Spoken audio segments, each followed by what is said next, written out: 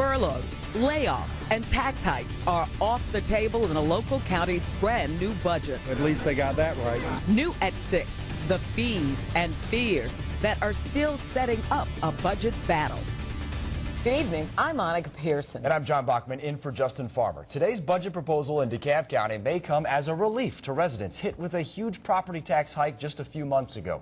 But Channel 2's Richard Elliott is live in DeKalb County's Oakhurst neighborhood with what some commissioners say is missing. Richard. And John, the no property tax increase is very good news for homeowners here in the Oakhurst neighborhood and all across DeKalb County. But I spoke with some commissioners after the CEO's statements. Some of them told me they are disappointed that it wasn't a tax decrease instead. DeKalb CEO Burl Ellis walked into the room and promptly unveiled his 2012 budget recommendations. He's proposing a $547 million budget, a 1.2% increase over last year.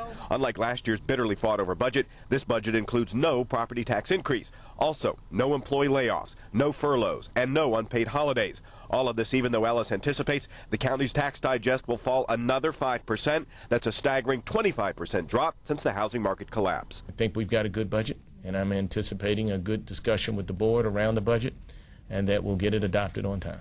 After the meeting, I found Commissioners Jeff Rader and Kathy Gannon. They told me they're happy with the no tax increase pledge, but really wanted to see a tax decrease instead. But I will say that the first priority that we articulated was no tax increase.